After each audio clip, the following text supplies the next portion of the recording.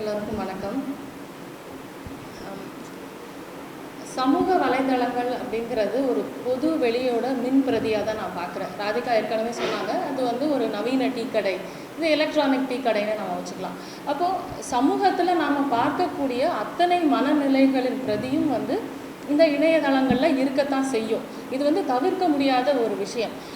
அப்போ இந்த பொதுவெளி அல்லது இந்த தேநீர் கடைகளில் பேசக்கூடிய அரசியல் இது எதுவுமே பிரச்சனையாகாமல் ஏன் வந்து இணையதளங்களில் சமூக வலைதளங்களில் பேசுகிறது பிரச்சனை ஆகுதுன்னா ஒரே ஒரு காரணம் தான், அது அச்சேறிடுது. அது நிரந்தர பதிவாக இருக்கிறது.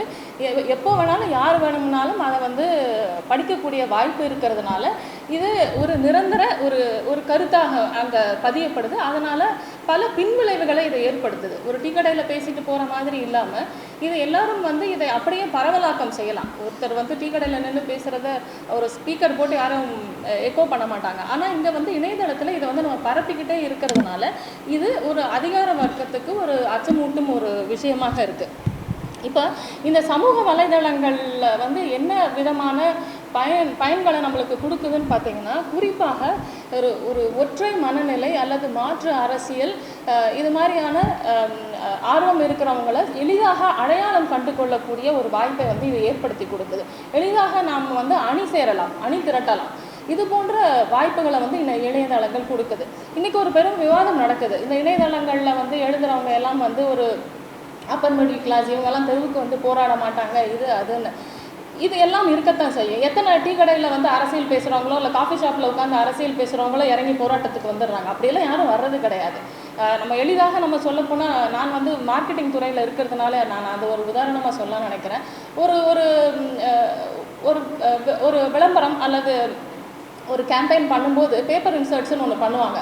அது மார்க்கெட்டிங்கில் சொல்லுவாங்க, 1 lakh பேப்பர் இன்சர்ட்ஸ் பண்ணால் 1% தான் இப்போ கன்வர்ஷன் கிடைக்கும்னு. அதே தான் இங்கேயும் நமக்கு கிடைத்திருக்கக்கூடிய தளங்களில் நம்ம எவ்வளவு தூரம் வந்து ஒரு சிந்தனையை வந்து பரப்ப முடியுமோ, கேள்விகளை எழுப்ப முடியுமோ, ஒரு பரவலாக்கம் செய்ய முடியுமோ, அணி திரட்ட முடியுமோ, அதை நாம் செய்து கொண்டே தான் இருக்கணும்.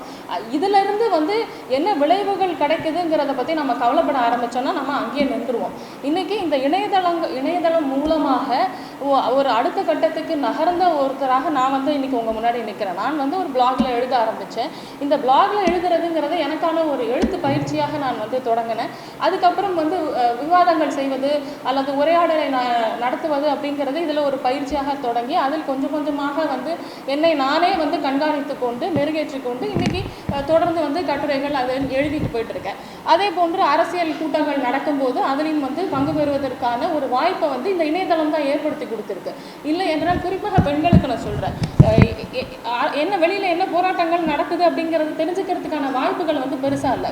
குறைந்தபட்சம் இந்த இணையம் போன்ற ஊடகங்கள் இருக்கிறதுனால தான் எங்கே என்ன நடக்குது அப்படிங்கிறத தெரிஞ்சுக்க முடியுது. இன்றைக்கி வந்து ஒரு மூலதனம் புத்தகத்துக்கு வகுப்பு எங்கே நடக்குதுங்கிற அளவுக்கு தெரிஞ்சுக்கிட்டு நாங்கள் எல்லாம் வந்து ஒரு கூட்டமாக சேர்ந்து அதை கற்றுக்கொள்வதற்கு, அதை பரப்புவதற்கான வேலைகள்லாம் வந்து செஞ்சுக்கிட்டு இருக்கோம். அப்போ இணையதளங்கள் வந்து இன்றைக்கி முக்கியமாக ஒரு சமூக மாற்றத்திற்கு பங்களிக்கக்கூடிய ஒரு ஊடகம் தான், அதில் சந்தேகமே இல்லை. இதில் பல்வேறு மனநிலைகள் இருக்கத்தான் செய்யும். இதில் வந்து ஃபேஸ்புக்கை பயன்படுத்துகிறாங்க அல்லது வந்து அதாவது என்றைக்குமே ஆண்களுக்கு வந்து ஒரு அரசியல் ஆர்வம் அல்லது அரசியலில் ஈடுபடக்கூடிய வாய்ப்புகள் அதிகமாக இருக்குது. அது நம்மளுடைய சமூக அமைப்பு. அப்போ அவங்க வந்து அந்த அரசியல் பேசுகிறாங்க அப்படிங்கிறதுனாலயே அவர்கள் எல்லோரும் வந்து பெண் விடுதலை என்பதை புரிந்து கொண்டவர்களாக அல்லது சமத்துவம், ஆண் பெண் என்பது சமம் அப்படிங்கிறத புரிந்து கொண்டவர்களாக நம்ம வந்து கருத முடியாது. ஏன்னா சமூகத்தில் என்ன மனநிலை இருக்கோ அதே போன்று தான் இங்கேயும் வந்து அது பிரதிபலிக்க செய்யும். உடனே வந்து இது வந்து ஆபாசம் அப்படின்னு நம்ம வந்து வரையறுக்கணுமா, இல்லை இது ஆபாசங்களை அனுமதிக்கக்கூடாது அப்படின்னு ஒரு முடிவெடுத்து உடனடியாக இவர்களுக்கெல்லாம் வந்து தண்டனை அளிக்க வேண்டும்னு ஒரு போயிடணுமான்னா நிச்சயமாக நம்ம அப்படி பார்க்க முடியாது. இந்த மனநிலையை முதல்ல அவங்களுக்கு சுட்டி காட்ட வேண்டியிருக்கு. நீங்கள் என்ன செய்து கொண்டு இருக்கிறீர்கள் தெரிந்துதான் செய்கிறீர்களான்னு முதல்ல அவங்கள்ட்ட நம்ம உரையாடலை நடத்த வேண்டியதாக இருக்குது. இது ஒரு ஆபாசம் அல்லது ஒரு ஆணாதிக்க மனநிலையை நீங்கள் வந்து பிரதிபலிக்கிறீர்கள்னு முதல்ல அவங்களுக்கு சுட்டி காட்டணும். அதுக்கப்புறம் அது கண்டனங்கள் தெரிவிக்கணும், முடிஞ்சால் முடக்கணும். அதுக்கப்புறம் ரொம்ப எல்லை மீறி போகும்போது அடுத்த கட்ட நடவடிக்கை என்னன்னு சொல்லி நம்ம யோசிக்கலாம். எடுத்த உடனே புகார் கொடுக்கறது இது எல்லாமே வந்து ஒரு அதிகார வர்க்க சிந்தனை, இது வந்து ஒரு பூஷ்வா சிந்தனை தான். இது வந்து மாற்றுக்கருத்தே கிடையாது. உடனே இதுக்கு வந்து இது வந்து இவங்கெல்லாம் வந்து பெண்ணுக்கு சப்போர்ட் பண்ணவே இல்லை, இவங்கெல்லாம் ஒரு பெண்ணியவாதி அப்படியெல்லாம் கடுமையான விமர்சனங்கள்லாம் வந்தது. என்னை பொறுத்த வரைக்கும் ஒரு மார்க்சியத்தை கற்றுக்கொண்டவளாக நான் பார்க்கறது முதல்ல நம்மளுக்கு வர்க்கம் தான் பிரச்சனையாக இருக்குது, அப்புறம் தான் நம்ம பாலினத்துக்கு வர முடியும். வர்க்க ரீதியாக இங்கே வந்து எந்த ஒரு புரிதலும் இல்லாமல் இருக்கும்போது நம்ம தோழர் சையத் பேசும்போது கூட ஒரு கருத்து சொன்னார், சமூகத்தில் சாதி இருக்குது அதனால் அரசியந்திரத்தில் சாதி இருக்குங்கிறது. அவர் சொன்னதை வந்து நம்ம தட்டையாக புரிஞ்சுக்கிட்டோன்னா வேறு மாதிரி ஆகிடும். சமூகத்தில் சாதி இல்லை, ஒரு பொருளாதார வளர்ச்சியின் காரணமாக உற்பத்தி உறவுகளின் அந்த முறையில் மாற்றங்கள் ஏற்பட்ட காரணமாக இந்த வர்க்கம்ங்கிறது சாதியாச்சு. அது வந்து சட்டமாக்கப்பட்டுச்சு, மனுநீதிங்கிற சட்டமாக்கப்பட்டதுக்கு அப்புறம் அது தொடர்ந்து கொண்டே இருக்குது. அது அரசியல் காரணங்களுக்காக இங்கே பயன்படுத்திக்கிட்டே இருக்காங்க. இதை தான் நம்ம புரிஞ்சுக்கணும். அப்போ இது வந்து ஒரு சட்டமாக்கப்பட்டு நடைமுறையாக்கப்பட்டு அது பொது புத்தி ஆயிடுச்சு. இந்த பொது புத்தி தான் இன்றைக்கி எல்லா தளங்கள்லையும் வந்து செயல்பட்டுக்கிட்டு இருக்குது. அது இணையதளத்துலேயும் அது பிரதிபலிக்குது. அப்படி பிரதிபலிக்கும் போது குறைந்தபட்சம் இந்த அரசியலை புரிந்து கொண்டவர்கள், இந்த மாற்று அரசியல் பாதையில் செல்ல விரும்புபவர்களின் கடமையாக என்ன இருக்குன்னா, அந்த மாதிரி தெரியாமல் பேசுகிறவங்களுக்கு முதல்ல உணர்த்தும் கடமையை நம்ம வந்து எடுத்துக்கணும். அதை விட்டுட்டு எடுத்த உடனே வந்து அவர்களை வந்து ஏதோ ஒரு பிராணியாக பார்ப்பதோ அல்லது வந்து ஒரு முட்டாள்களாக பார்ப்பதோ இல்லாமல் அவங்களோட உரையாடல்களை நிகழ்த்தி நம்ம வந்து அவங்க மனசில் மாற்றத்தை அதுவும் ஒரு அரசியல் செயல்பாடு தான். ஒரு கட்சி வந்து இன்றைக்கி ஒரு தரைமட்டத்தில் இறங்கி வேலை செய்யுதுன்னா, நான் வந்து கம்யூனிஸ்ட் கட்சியிலேருந்து வரேன், நீங்கள் என் கட்சியில் சேருங்கன்னா யாரும் சேர போகிறது கிடையாது. அதுக்கு தொடர்ந்து நம்ம வந்து பேசிக்கிட்டே இருக்கணும், உரையாடிக்கிட்டே இருக்கணும், அவங்க மனமாற்றத்தை ஏற்படுத்தணும். அதை தான் நாமளும் இணையதளங்கள் மூலமாக செஞ்சுக்கிட்டு இருக்கோம்.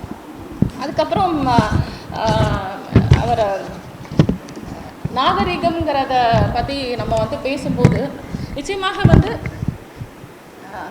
நாகரீகப்படுத்துது அப்படிங்கிறதே வந்து அதுவும் வந்து ஒரு வகையில் வந்து இந்த மக்களை வந்து பிரித்தாழ்வதற்கான ஒரு சொல்லு தான். இங்கே நாகரீகத்துக்கும் ஆபாசத்துக்கும் வித்தியாசம் இருக்குது. நாகரீகமாக பேசுங்க அப்படிங்கிறது எது நாகரீகம்னு நம்ம வரையறுக்க முடியாது. ஆபாசம் அப்படின்னு சொல்லும்போது ஓரளவுக்கு நம்ம வந்து வரையறுக்கலாம். குறிப்பாக வந்து பாலின அடிப்படையில் வந்து பெண்கள் அப்படிங்கிறவங்களை வந்து ரொம்ப ஒரு கன்ஃபியூஷன் வகையில் புகைப்படங்களை எடுத்து போடுறது, இந்த மாதிரி விஷயங்களை நம்ம ஆபாசம்னு வரையறுக்கலாம். அதுக்கு கூட நாம் வந்து இன்றைக்கி எவ்வளோ போர்னோ சைட்ஸ் இருக்குது, அது மேலே என்ன மாதிரியான நடவடிக்கைகள் எடுக்கப்பட்டு இருக்குன்னா ஒன்றுமே இல்லை. ஒரு அரசியல் பேசுவது மட்டுமே இன்றைக்கி வந்து பிரச்சனையாக இருக்குது அப்படின்னா இந்த சமூக வலைதளங்களுடைய வீச்சு என்ன அப்படிங்கிறத நம்ம வந்து புரிஞ்சுக்கலாம். இதையெல்லாம் கண்டு நம்ம வந்து நிச்சயமாக சோர்வடைந்து விட முடியாது.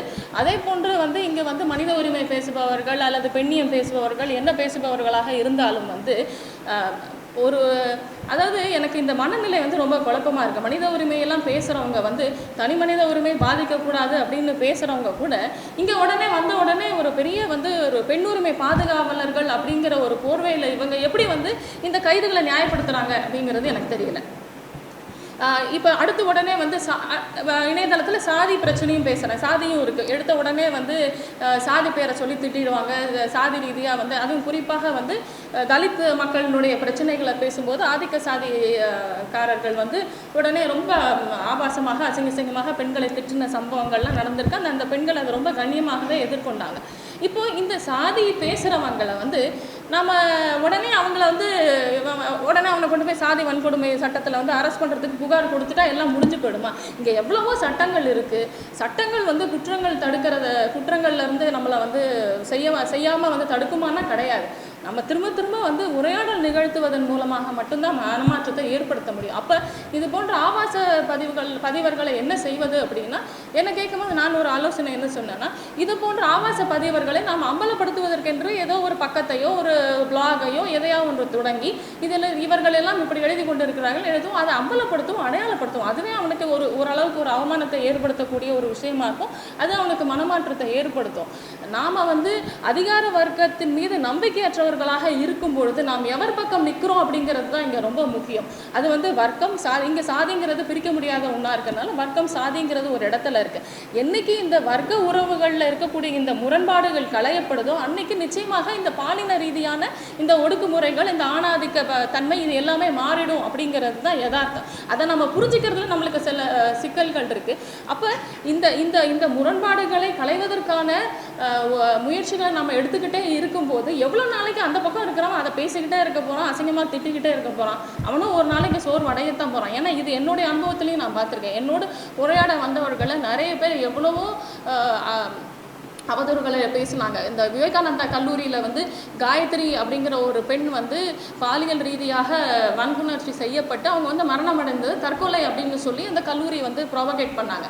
இதை எழுதினேன் அப்படிங்கிற ஒரே காரணத்துக்காக வந்து என்னுடைய அந்த மாசஸ் தளத்தில் வந்து அசிங்கமாக ஒருத்தர் வந்து பதிவு போட்டுக்கிட்டே தான் இருந்தார். அதுக்கு மற்றவர்கள் எதிர்வினை ஆற்றிட்டு இருந்தாங்க. நான் வந்து எதுவுமே பேசவே இல்லை. இப்போ இதில் வந்து நான் போய் உடனே இறங்கி அவர் வந்து இப்படி எழுதுறாருன்னு நான் புகார் கொடுக்குற அந்த நேரத்தில் நான் நினைக்கிறது என்னென்னா, நான் இன்னும் ஒரு 10 விஷயத்தை ஏதாவது ஆரோக்கியமாக பேசி இன்னும் கொஞ்சம் அறிவூட்டும் செயலை செய்வது தான் சரியாக இருக்கும் அப்படின்னு தான் நான் ஃபீல் பண்ணுறேன். அப்போ இந்த சமூக வலைதளங்கள் வந்து சமூகத்தில் இருக்கக்கூடிய அத்தனை மனநிலைகளையும் இது இருக்கத்தான் செய்யும். இதை ஓரளவுக்கு அறிவு பெற்று விட்டவர்கள் அல்லது உணர்ந்து விட்டவர்கள் உணராதவர்களுக்கு உணர்த்தும் கடமையை செய்வது தான் சரியாக இருக்குமே தவிர இதை வந்து ஆணியம் பெண்ணியம் அந்த இயம் இந்த இயம்னு பேசிக்கிட்டு நாம் வந்து அதிகார வர்க்கத்திற்கு நிச்சயமாக துணை போக முடியாது என்று சொல்லி முடித்துக் கொள்கிறேன்.